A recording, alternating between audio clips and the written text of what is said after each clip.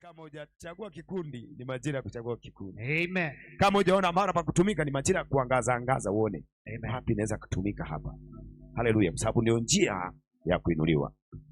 Haleluya. Amen. Haleluya. Amen.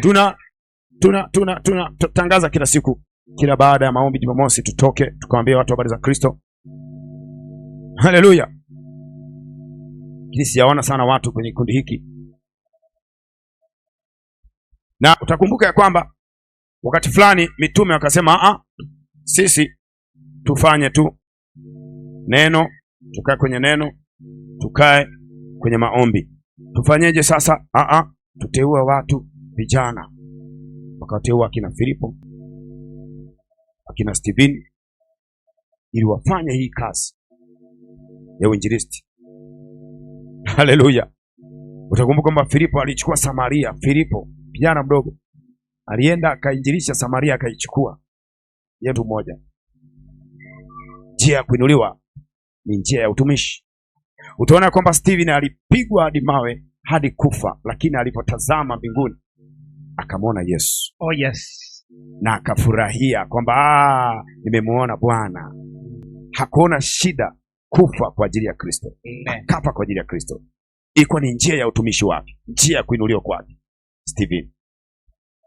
Njia yako ya kuinuliwa ni kwenda chini, ni kutumika. Haleluya. Hatuinuliwi kwa kwenda juu, tutainuliwa kwa njia ya kwenda chini. Haleluya. Amen. Ni Yesu akatoa mfano akasema, duniani wanawatawala walioko juu, ndio wanawatuma nyinyi. Ndio wanaotawala walioko juu. Kwenye ufalme walioko chini ndio wanaotawala. Watumishi ndio wanaotawala. Haleluya. Amen. Haleluya. Amen. Ninaona roho ya utumishi kinuka kwako.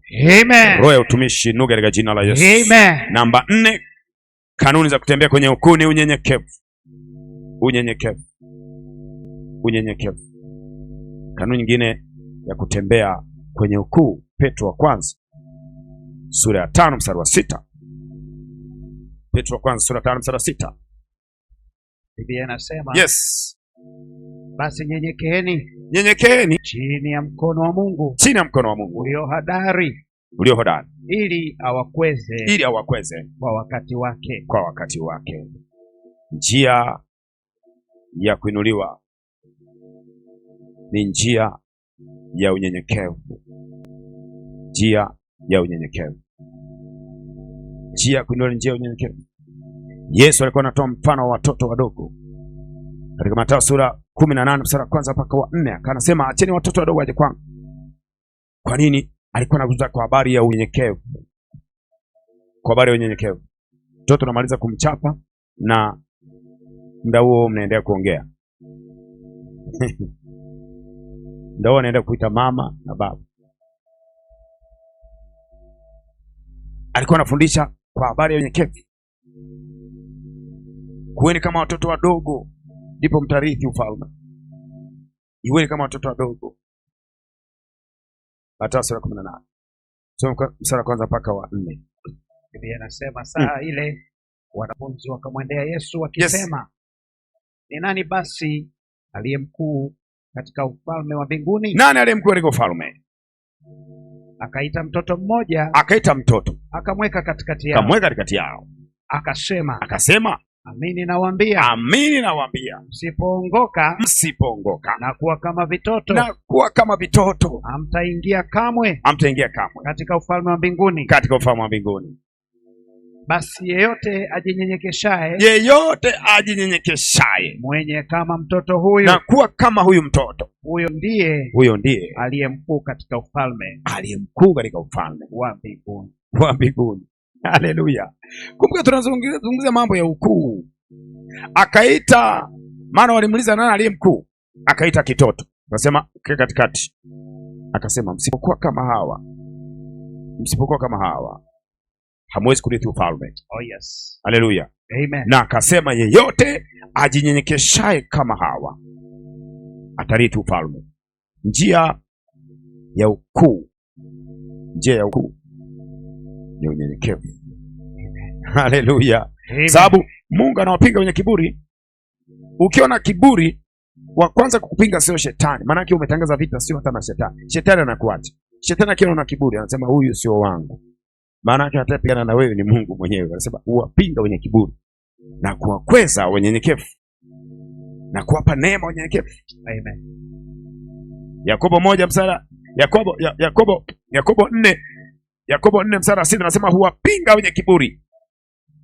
Yakobo 4 mstari 6. Huwapinga wenye kiburi na kuwapa neema wanyenyekevu.